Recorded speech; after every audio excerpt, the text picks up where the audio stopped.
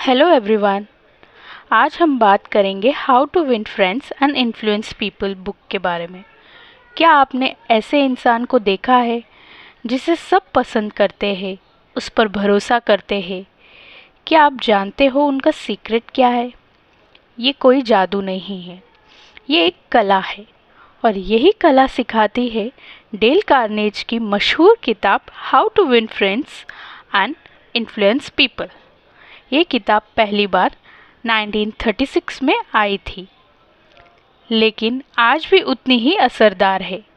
ये किताब लोगों को मैनिपुलेट या उन पर काबू करने के बारे में नहीं है, बल्कि लोगों को समझने के बारे में है। डेल कार्नेज कहते हैं कि ज़िंदगी में सफलता सिर्फ टैलेंट या नॉलेज से नहीं आती।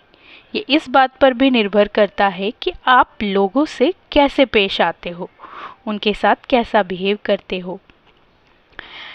कुछ मुख्य बातें जो मैं आपसे शेयर करना चाहती हूँ इस किताब के बारे में। कभी किसी की आलोचना मत करो, न बुरा कहो, न शिकायत करो। जब हम किसी को क्रिटिसाइज करते हैं वो डिफेंसिव हो जाते हैं। ये इंसान का स्वभाव है, इसलिए ब्लेम करने की बजाय समझने की कोशिश करो।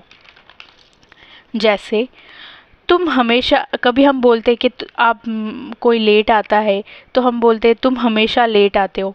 ये कहने की बजाय ये कहो कि मुझे पता है सुबह जल्दी निकलना मुश्किल है, चलो कुछ आसान तरीका ढूंढते हैं। दूसरा, ईमानदारी से तारीफ़ करो। जब आप किसी की तारीफ़ ईमानदारी से करते हो तो वो आपके करीब आ जाता है। हर इंसान अप्रिशिएशन चाहता है।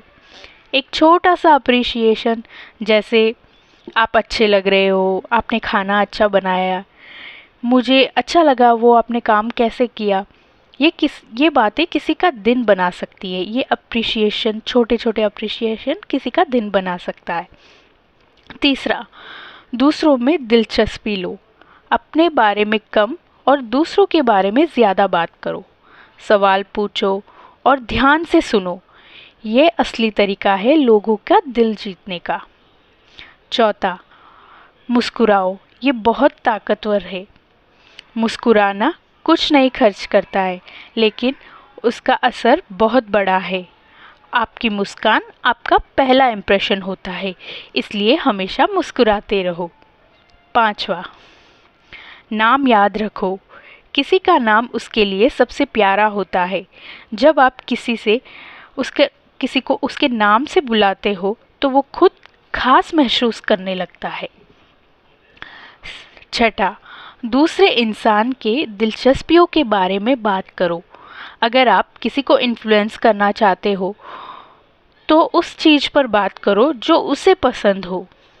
सातवां, हर इंसान को इम्पोर्टेंट महसूस कराओ और सच्चे दिल से करो। ये नहीं कि जब तक आपको काम पड़ा उससे तब तक ऐसा किया, नहीं तो फिर जब आपका काम हो गया तो फिर उनसे बात ही करनी बंद कर दी। ये गलत होगा। नकली तारीफ आपको बिल्कुल नहीं करनी है, सिर्फ सच्चा सम्मान देना है। लोग भूल जाते हैं कि आपका घर कितना बड़ा है, आपने उन्हें क्या खिलाया था और या आपने क्या बात की थी, पर वो ये ज़रूर याद रखते हैं कि उनको आपने कैसा महसूस कराया, कैसे बिहेव किया था और उनको कैसा फील कराया। ये बहुत ज़रूरी है।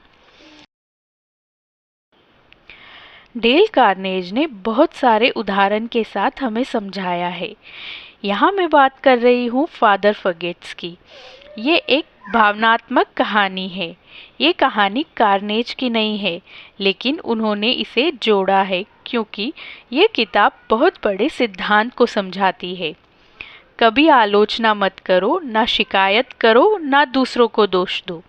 इस कहानी में एक पिता अपने छोटे बेटे को पश्चाताप भरा पत्र लिखते हैं कि उसे एहसास हुआ है कि वह अपने बेटे के साथ बहुत सख्त रहा है। छोटी छोटी गलतियों पर डांटना, गुस्सा करना, उससे उम्मीद रखी कि वह हमेशा परफेक्ट रहे। लेकिन एक रात जब उसका बेटा सो रहा होता है, उसके पिता उसके पास खड़ा होकर उसे देखते हैं। तभी उसे एहसास हुआ कि एक छोटे बच्चे के साथ ऐसा व्यवहार कर रहा था जैसे कि वह बड़ा आदमी है। इस कहानी से हम समझते हैं कि हमारे करीबी लोगों की हम सबसे ज़्यादा आलोचना करते हैं बिना उनकी भावनाओं के बारे में जाने। क्रिटिसिज्म खतरनाक होती है, वह आत्मसम्मान पर चोट लगाती है। इसलिए हमें अपने जो भी हमारे करीबी है उनकी आलोचना नहीं करनी चाहिए और उन्हें समझने की कोशिश करनी चाहिए। और दूसरा एग्जाम्पल है, एक बार एक कंपनी में मैनेजर ने करोड़ों का नुकसान करा दिया और बाकी लोग सोचने लगे कि कंपनी के ओनर, जिनका नाम फेलर है, वो उन्हें डांटेंगे और शायद निकाल भी देंगे। पर ऐसा नहीं हुआ। उन्होंने शांत होकर कहा, हम सब गलती करते हैं, चलो देखते हैं कि हम इस गलती से क्या सीखते हैं। गलती निकालने से बेहतर है गलती से सीख निकालना। और तीसरा एग्जाम्पल में जो मैं आपके साथ शेयर करना चाहती हूँ, एक व्यक्ति रोज़ अपने ऑफिस में गुस्से से जाता था।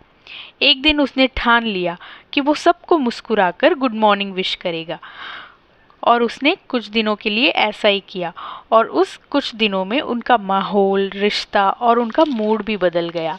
इसलिए मुस्कुराना चाहिए हमें। कार्नेज कहते हैं कि अगर आप बहस में फंस जाओ तो पहले अपनी गलती मान लो। इससे दूसरा व्यक्ति तुरंत शांत हो जाता है और उनकी बात सुनने लगता है। वहाँ बात ज़्यादा नहीं बढ़ती। एक बार क्या हुआ, कार्नेज और उनके मैनेजर के साथ कोई कहासुनी हो गई। तो कार्नेज ने उनकी गलती मान ली और मैनेजर उनका दोस्त बन गया। पहले खुद की गलती मान लेने से रिश्ता सुधरने का सबसे आसान तरीका है। ये किताब याद दिलाती है कि इंसान की फितरत कभी नहीं बदलती। चाहे आप स्टूडेंट हो, जॉब करते हो या क्रिएटर हो, आपकी सफलता इस बात पर निर्भर करती है कि आप लोगों से कैसे पेश आते हो, उनके साथ कैसे बिहेव करते हो। चाहे आप टॉपर हो, आप बहुत ही अच्छे पोजीशन पे हो, पर आप लोगों से अच्छे बिहेव नहीं करते हो, अच्छे से पेश नहीं आते हो, तो फिर कोई फ़ायदा नहीं उस पोजीशन का। ये किताब इसी चीज़ की पूरी गाइड है। और मुझे जो अच्छी लगी इस किताब के बारे में, जो बात अच्छी लगी है, ये सिर्फ किताब नहीं है, ये ज़िंदगी जीने का तरीका है। दूसरों के भावनाओं को समझने की क्षमता और काइंडनेस, और स्पेशली सबसे इम्पोर्टेंट पॉइंट, ये रिश्ते मजबूत करने की कला सिखाती है। और अगर हम इसमें से जो भी मैंने आपको बताया उसमें से कोई भी प्रिंसिपल अपने लाइफ में अप्लाई करें और ऐसे ही चले, तो अब हमारी लाइफ बदल सकती है और हमारा कॉन्फिडेंस भी बढ़ जाएगा। और इस किताब से हम सीखते हैं कि सिर्फ दोस्त ही बनाना नहीं सीखते हम इस किताब से, बल्कि ये सिखाती है कि हमें ऐसा इंसान बनाना सिखाती है कि हर कोई हमसे दोस्ती करे। इसलिए आप ये किताब ज़रूर पढ़ें, how to win friends and influence people. ये आपको ज़रूर इन्फ्लुएंस करेगी। Thank you.